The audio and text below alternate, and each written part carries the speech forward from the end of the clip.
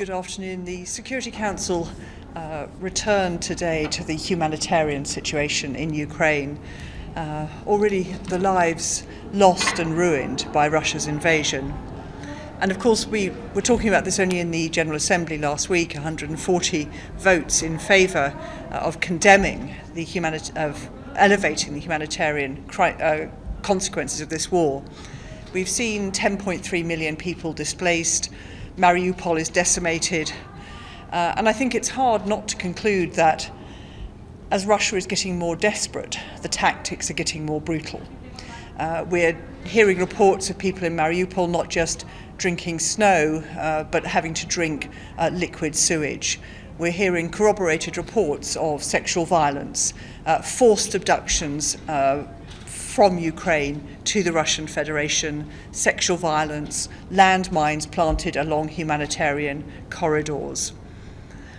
And I think it's true now that almost every country is affected by this war, as we see the ramifications of food prices going up, energy prices going up, magnifying and multiplying the humanitarian crisis.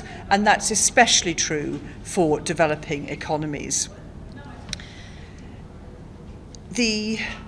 There's a problem too because Russian shelling and Russian blockades have prevented grain leaving the Ukrainian ports, and of course the Russian invasion has prevented the grain being planted for next year. So we are looking at a worsening humanitarian crisis, not just in Ukraine, but also around the world, and that was the focus of our discussions this afternoon.